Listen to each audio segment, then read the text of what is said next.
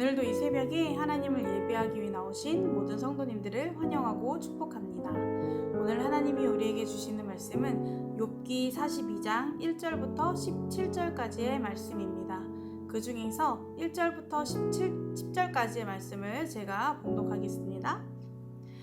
욥이 여호와께 대답하여 이르되 주께서는 못하실 일이 없사오며 무슨 계획이든지 못 이루실 것이 없는 줄 아오니 무지한 말로 이치를 가리는 자가 누구이니까. 나는 깨닫지도 못한 일을 말하였고 스스로 알 수도 없고 헤아리기도 어려운 일을 말하였나이다. 내가 말하겠사오니 주는 들으시고 내가 주께 묻겠사오니 주여 내게 알게 하옵소서. 내가 주께 대하여 귀로 듣기만 하였사오나 이제는 눈으로 주를 배웠나이다. 그러므로 내가 스스로 거두어 드리고 티끌과 제 가운데에서 회개하나이다. 여호와께서 욥에게 이 말씀을 하신 후에 여호와께서 대만 사람 엘리바스에게 이르시되 내가 너와 내 두 친구에게 노하나니 이는 너희가 나를 가리켜 말한 것이 내 종 욥의 말같이 옳지 못함이니라. 그런즉 너희는 수소 7과 수양 7을 가지고 내 종 욥에게 가서 너희를 위하여 번제를 드리라. 내 종 욥이 너희를 위하여 기도할 것인즉 내가 그를 기쁘게 받으리니 너희가 우매한 만큼 너희에게 갚지 아니하리라. 이는 너희가 나를 가리켜 말한 것이 내 종 욥의 말같이 옳지 못함이라. 이에 대만 사람 엘리바스와 수아 사람 빌닷과 나아마 사람 소발이 여호와께서 자기들에게 명령하신 대로 행하니라. 여호와께서 욥을 기쁘게 받으셨더라. 욥이 그의 친구들을 위하여 기도할 때 여호와께서 욥의 곤경을 돌이키시고 여호와께서 욥에게 이전 모든 소유보다 갑절이나 주신지라. 여러분 혹시 그런 생각 해보신 적 있으십니까? 일이 너무 바빠서 잠깐이라도 쉬고 싶을 때, 또는 아침에 일어났는데 너무 피곤해서 오늘은 출근을 안 하고 하루 정도 푹 쉬고 싶을 때, 오늘은 좀 아프고 싶다, 아프다는 핑계로 출근을 안 했으면 좋겠다, 이런 생각들을 해보신 적 있으신가요? 아마 다들 한 번쯤은 이런 생각들을 해보시지 않으셨을까 싶습니다. 그런데 이렇게 생각하다가도 막상 진짜 몸이 아프면 역시 안 아픈 게 낫다, 빨리 건강 다시 회복했으면 좋겠다, 이렇게 생각하게 되는 것 같습니다. 제가 최근에 감기에 걸려서 고생을 좀 했는데 코도 막히고 목소리도 안 나오고 기침은 심해지고 하다 보니까 너무 힘들어서 좀 빨리 좀 나았으면 좋겠다, 빨리 좀 회복됐으면 좋겠다, 몸이 회복됐으면 좋겠다라는 생각을 참 많이 했었습니다. 그리고 약을 먹으면서 점점 몸이 회복되는 것을 느낄 때 역시 안 아픈 게 최고다, 이제 좀 살 것 같다 라는 생각을 참 많이 했습니다. 많은 사람들이 흔히 겪는 질병인 이 감기로부터 건강이 회복되는 것조차 큰 기쁨이고 감사한 일인데, 삶에서 다른 부분으로 회복을 경험한다는 것은 얼마나 감사한 일일까요?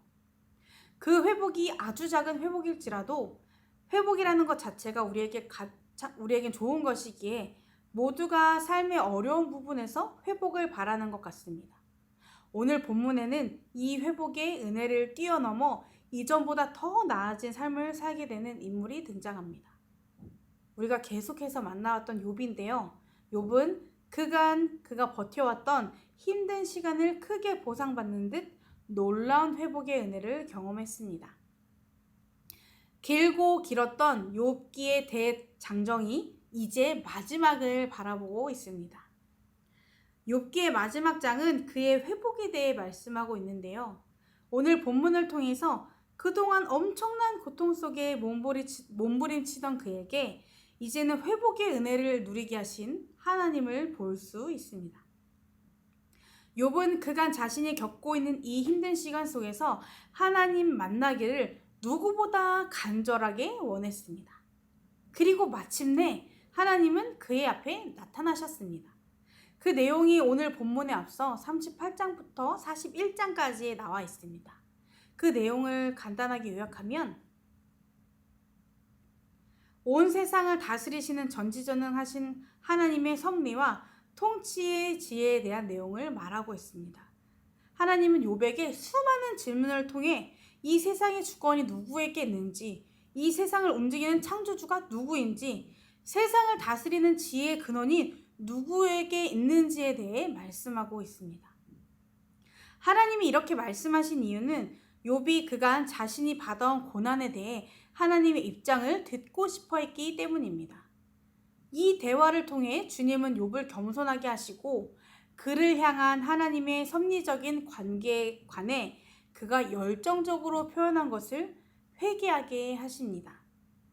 그래서 욥이 오늘 본문을 통해 이렇게 고백하고 있는 것입니다. 본문 2절부터 6절까지의 말씀을 제가 세번역 버전으로 읽어드리겠습니다. 주님께서는 못하시는 일이 없으십니다. 주님께서는 못하시는 일이 없으시다는 것을 저는 이제 알았습니다. 주님의 계획은 어김없이 이루어진다는 것도 저는 깨달았습니다. 잘 알지도 못하면서 감히 주님의 뜻을 흐려놓으려 한 자가 바로 저입니다. 깨닫지도 못하면서 함부로 말을 하였습니다. 제가 알기에는 너무나 신기한 일들이었습니다. 주님께서 말씀하셨습니다. 들어라, 내가 말하겠다. 내가 물을 터이니 내게 대답하여라 하셨습니다. 주님이 어떤 분이시라는 것을 지금까지는 제가 귀로만 들었습니다. 그러나 이제는 제가 제 눈으로 주님을 뵙습니다. 그러므로 저는 제 주장을 거두어 드리고 티끌과 잿더미 위에 앉아서 회개합니다. 이렇게 고백하고 있습니다. 하나님은 이 만남을 통해 욥의 삶을 회복시키기 전에 하나님을 향한 그의 생각과 마음을 가장 먼저 회복시켜 주셨습니다. 하나님에 대해 더 자세하게 알게 되고 더 확실하게 하나님이 어떤 분인지 다시 한번 깨닫게 되며 이전보다 더 하나님과의 관계가 가까워짐을 통해 그는 가장 먼저 영적으로 회복되는 은혜를 받게 되었습니다. 그렇게 하나님은 욥을 영적으로 회복시키신 후에 그의 상처받은 마음과 관계를 회복시키셨습니다. 본문 7절에서 9절까지의 말씀을 보면 새 친구에 대한 하나님의 평가가 나옵니다. 하나님은 그들에게 이렇게 말씀하셨습니다. 대만 사람 엘리바스에게 이르시되 내가 너와 두 친구에게 노하나니 이는 너희가 나를 가리켜 말한 것이 내 종 욥의 말같이 옳지 못함이니라. 하나님은 새 친구에게 화가 났다는 표현과 함께 그들이 말한 것은 사실이 아니라는 점을 지적하셨습니다. 그동안 친구들은 욥을 위한다는 핑계로 본인들이 하고 싶을 말만, 전혀 도움이 되지 않는 말만, 조언만 계속해왔습니다. 그들의 말만 보면 너무나 완벽한 정통 교리였지만 사실은 자신들이 추구하는 신학에 갇혀 오히려 본인들이 더 무지했던 것입니다. 진짜 어리석은 사람은 욥이 아닌 친구들이었습니다. 욥을 위로해 주겠다고 돕겠다고 왔지만 현실은 그에게 더 무거운 짐을 주었고 상처를 덧나게 했습니다. 하나님은 그런 친구들 앞에서 욥의 편을 들어주셨고 특별히 욥을 내 종이라고 여러 번 표현하시면서 욥이 하나님의 사람이라는 것을 확실하게 알려주셨습니다. 그렇게 하나님은 친구들 앞에서 욥의 상한 마음을 회복시켜 주셨습니다. 자신을 죄인 취급하며 함부로 판단하고 비판하고 정죄했던 친구들 앞에서 욥은 당당하게 하나님으로부터 인증을 받게 되었고 무너진 자존심도 회복하게 되었습니다. 그런 친구들에게 하나님은 번제를 드릴 것을 말씀하셨고 그 번제를 드리는 것을 욥에게 부탁하라고 말씀하셨습니다. 욥에게 그들을 대신하여 하나님께 중보자로 기도해 줄 것을 부탁하라고 말씀하신 것입니다. 욥이 그 부탁대로 하나님께 그들을 위하여 기도하면 주님께서 그 기도를 들어주시겠다고 하셨습니다. 친구들은 하나님의 말씀대로 욥에게 부탁을 하였고 욥은 그들의 중보자가 되어 하나님께 기도를 드렸습니다. 그리고 하나님은 그의 기도를 기쁘게 받아주셨습니다. 이것을 통해 하나님은 친구들로 인해 상처받은 욥의 마음과 그들의 관계를 회복시켜 주셨습니다. 마지막으로 하나님은 그의 삶을 회복시켜 주셨습니다. 고난이 시작되면서 그는 재산도 자녀도 다 잃었습니다. 건강도 잃었습니다. 몸도 마음도 건강하고 부족한 것 없는 부유한 삶이었는데 한순간에 모든 것을 다 잃게 되었습니다. 이것을 시작으로 그는 홀로 힘겨운 고난의 시간을 견뎠습니다.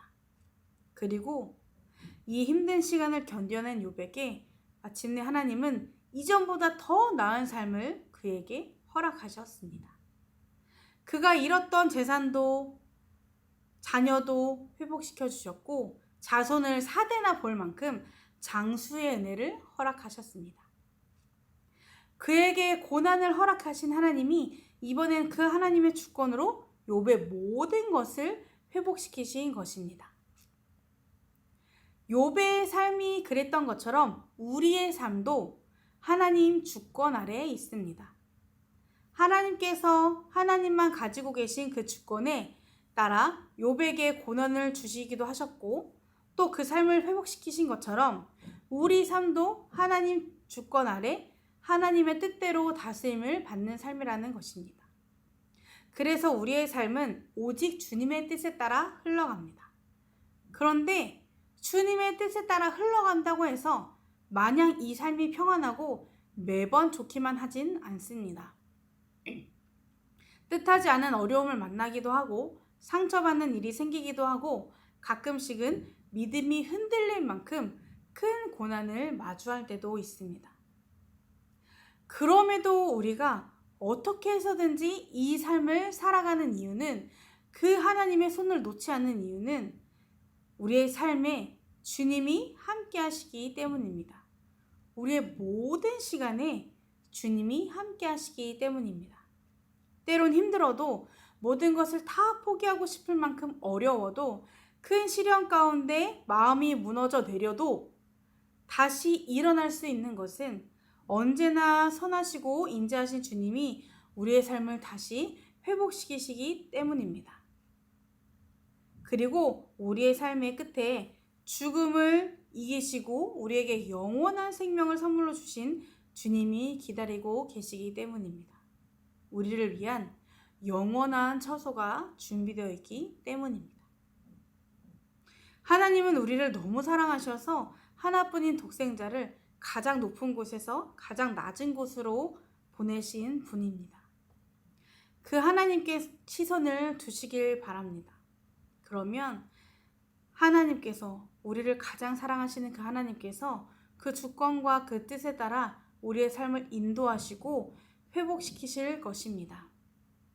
언제나 선하시고 인자하신 주님을 기대하며 삶을 주님께 맡기고 그 뜻에 따라 순종하며 나아가는 성도님들의 삶이 되기를 주님의 이름으로 축복합니다. 기도하시겠습니다. 오늘도 우리에게 새로운 하루를 허락하신 주님, 그 은혜에 감사를 드립니다. 이 하루를 주님께 맡기며 오늘도 주님의 뜻에 따라 순종함으로 나아가길 원합니다. 주님의 주권으로 우리의 삶을 인도하시고 다스려 주옵소서.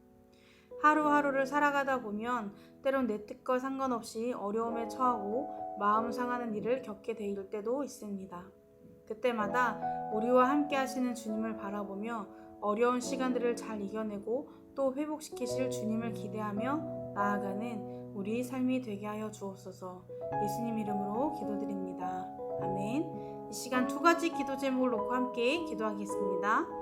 첫 번째로 모든 삶의 주권은 주님께 있다는 것을 기억하고 믿음의 삶을 주님께 맡기며 그 뜻에 따르는 우리가 되도록. 두 번째로 우리의 모든 것을 가장 잘 아시는 주님께서 가장 좋은 때에 우리의 삶을 회복시키고 이끄신다는 것을 기억하며 주님만 의지하는 삶이 되도록 함께 기도하시겠습니다.